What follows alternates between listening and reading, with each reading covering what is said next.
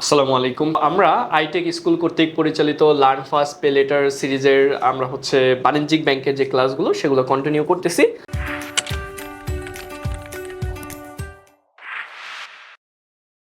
So আমরা কিন্তু এতক্ষণ পর্যন্ত বাণিজ্যিক ব্যাংকের উদ্দেশ্য এবং বিভিন্ন কার্যাবলী সম্পর্কে গত ক্লাসগুলোতে জেনেছি। আমরা এখন বাণিজ্যিক ব্যাংকের বিশেষ এবং অন্যান্য আরও কিছু কার্যাবলী রয়েছে সেগুলো সম্পর্কে পরিষ্কার ধারণা নেব এবং এগুলো সম্পর্কে আমরা বিস্তারিত জানার চেষ্টা করব।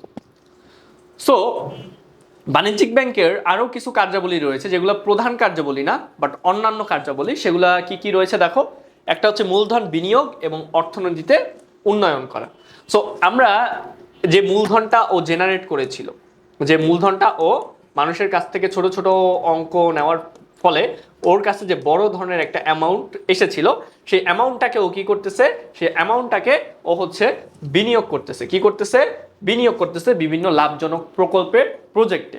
এবং প্রকল্প বা প্রজেক্টে বিনিয়োগ করার ফলে আলটিমেটলি কি হচ্ছে, দেশের ইকোনমিটা গ্রো করতেছে এবং স্টেবল হইতেছে। এজন্য কি দেখা যাচ্ছে, আমাদের যে অর্থনৈতিক যে উন্নয়নটা সেটাও ভালো হইতেছে। তারপরে কি রয়েছে দেখো, এই যে মূলধনগুলোকে ও কি করতেছে, বিনিয়োগ করতেছে বিভিন্ন লাভজনক প্রকল্পে, যার ফলে কি হচ্ছে, দেশের ইকোনমি স্ট্রাকচার বা ইনফ্রাস্ট্রাকচার যেমন শিল্প, বাণিজ্য, অবকাঠামো, তারপর হচ্ছে যোগাযোগ ব্যবস্থা, এগুলার কি হচ্ছে, অগ্রগতি হচ্ছে বা ইমপ্রুভ হইতেছে।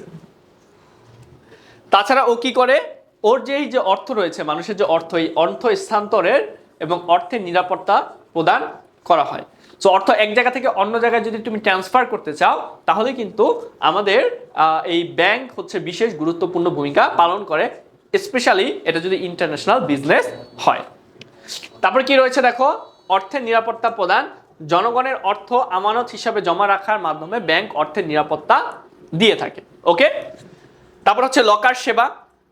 তোমার যদি গুরুত্বপূর্ণ কোনো তোমার যদি গুরুত্বপূর্ণ সম্পদ যেমন দলিলপত্র, অলংকার, এগুলো যদি থেকে থাকে, তাহলে এগুলাকে তুমি কিসে রাখতে পারো, ব্যাংকের যে লোকাল সার্ভিস রয়েছে সেই লোকাল সার্ভিসটা ভাড়া নিয়ে তুমি সেখানে রাখতে পারো। তারপরে কি রয়েছে দেখো, পরামর্শ দান এবং কর্মসংস্থান সৃষ্টি। সো বাণিজ্যিক ব্যাংক কি করতেছে, বাণিজ্যিক ব্যাংক তোমাকে বিভিন্ন ধরনের গুরুত্বপূর্ণ পরামর্শ প্রদান করতেছে এবং বাণিজ্যিক ব্যাংক কি করতেছে, কর্মসংস্থান সৃষ্টি করতেছে। আমরা কর্মসংস্থান কিভাবে সৃষ্টি করে সেগুলো কিন্তু দেখে এসেছি। প্রত্যক্ষ এবং পরোক্ষভাবে দুইভাবে কিন্তু বাণিজ্যিক ব্যাংক কর্মসংস্থান সৃষ্টি করতে পারে। তুমি যদি কোনো বিজনেস শুরু করতে চাও, তাহলে বিজনেসটা কিভাবে করা উচিত এই সম্পর্কে বিস্তারিত তারা পরামর্শ যেমন দিতে পারে, তাছাড়া তোমাদের সম্পদের যে ব্যবস্থাপনা রয়েছে সেটা সম্পর্কে গুরুত্বপূর্ণ সাহায্য এবং সহযোগিতা তারা প্রদান করে। ঋণ নিয়ন্ত্রণ ও অর্থনৈতিক স্থিতিশীলতা। সো কেন্দ্রীয় ব্যাংক মুদ্রাবাজারে নিয়ন্ত্রক হিসাবে বাণিজ্যিক ব্যাংকের প্রদত্ত ঋণের সংকোচন ও সম্প্রসারণের মাধ্যমে অর্থ ও ঋণের নিয়ন্ত্রণ করে থাকে। সো বাণিজ্যিক ব্যাংক কি করে, আমাদের যে সেন্ট্রাল ব্যাংক যে রুলস এবং রেগুলেশন দিছে সেগুলো অক্ষরে অক্ষরে পালন করে, এবং যেহেতু ওরা সেন্ট্রাল ব্যাংকের রুলস পালন করতেছে, সো আলটিমেটলি দেখা যাচ্ছে যে সেন্ট্রাল ব্যাংকের প্রসিজার বা রুলসগুলোকে ভালো মতো অ্যাপ্লাই হচ্ছে, এবং যেহেতু অ্যাপ্লাই হচ্ছে, সো দেশে কি হচ্ছে, আমি যখন মুদ্রা বাড়াইতে চাই তখন মুদ্রা বেড়ে যাচ্ছে, যখন মুদ্রা কমাইতে চাই তখন মুদ্রা কমে যাচ্ছে।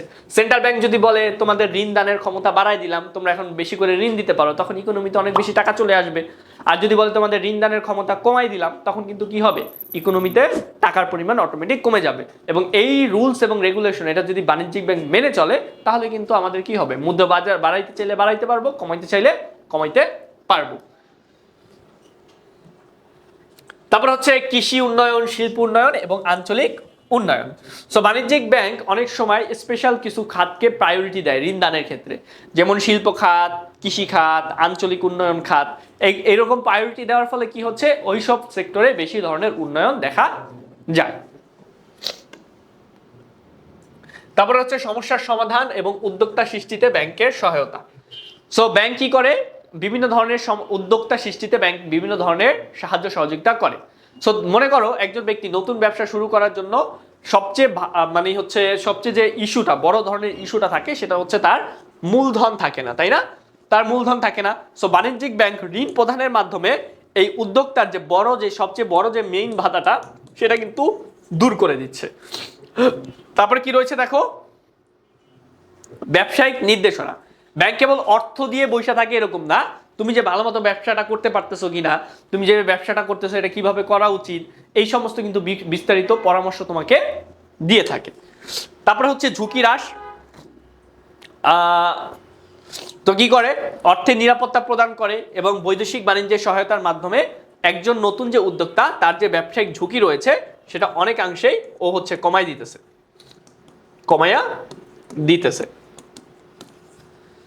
কিভাবে কমাই দিতেছে? এই যে আমি যে ট্রানজাকশনগুলো করতেছি, আমি যদি অন্য মিডিয়ামে করতাম, মনে করো ক্যাশে যে হাতে দিয়ে আসলাম, তাহলে ও দাবি করতে পারতো যে হচ্ছে ভাই আপনি তো আমার টাকা দেন না। কিন্তু আমি যখন ব্যাংকের মাধ্যমে করতেছি, আমার কাছে কিন্তু স্টেটমেন্ট আছে যে আমি ওকে টাকা পেমেন্ট করছি, ও আমাকে প্রোডাক্ট দিবে এই প্রতিশ্রুতি দিচ্ছে, তখন কিন্তু আমাদের অর্থের নিরাপত্তাটা নিশ্চিত হচ্ছে। এবং আরো কি হচ্ছে, আমাদের বৈদেশিক বাণিজ্যে ও সাহায্য সহযোগিতা করতেছে। ওই যে আমরা একটু আগে দেখে আসলাম লেটার অফ ক্রেডিট বা এলসি ইস্যু করতেছে, এই ক্ষেত্রে হচ্ছে আমি প্রোডাক্ট পেয়ে টাকা পেমেন্ট করতে পারতেছি, আবার যে হচ্ছে আমাকে প্রোডাক্টটা পাঠাইতেছে ও একটা টাকা পাওয়ার নিশ্চয়তা পাইতেছে। সো ঝুঁকিটা কিন্তু অনেকাংশে এখানে কমে যাচ্ছে। সো আজকের ক্লাসে আমরা কি শিখলাম? আমাদের আজকে শিখলাম যে বাণিজ্যিক ব্যাংকের যে কার্যাবলী শুধুমাত্র লেনদেনের মধ্যেই সীমাবদ্ধ না, লেনদেনের বাইরে গিয়েও সে অনেক ধরনের কার্যাবলী রয়েছে, অনেক কার্যক্রম করে। সে দেশের অর্থনীতির উন্নয়নে সাহায্য করে, কর্মসংস্থান করে, কৃষি শিল্প এগুলোর প্রসারে অত্যন্ত গুরুত্বপূর্ণ ভূমিকা পালন করে। তাছাড়া আমরা দেখার চেষ্টা করেছি আমাদের যে কেন্দ্রীয় ব্যাংক রয়েছে, এই কেন্দ্রীয় ব্যাংকের যে রুলস রেগুলেশন দিতেছে এগুলোকে সুন্দরভাবে ভালো মতো মান্য করার ফলে দেশকে স্থিতিশীল রাখতে বাণিজ্যিক ব্যাংকের কোনো প্রকার বিকল্প নেই। তো আশা করি তোমরা আজকের ক্লাসটা ভালো মতো বুঝতে পেরেছো এবং এনজয় করেছো।